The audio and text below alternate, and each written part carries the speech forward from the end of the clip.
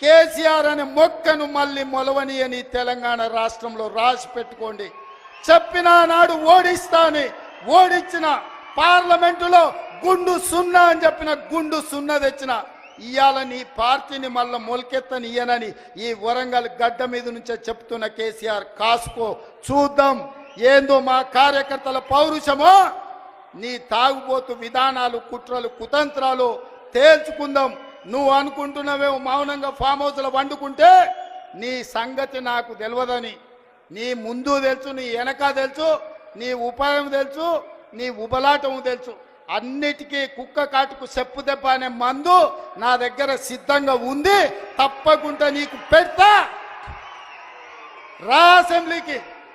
మళ్ళొక్కసారి చెప్తున్నా, రాబోయే స్వామి అసెంబ్లీకి రా. చూస్తుందా ఎవడో ఇస్తే రాలే కుర్చీలకు తొక్కుకుంటూ వచ్చిన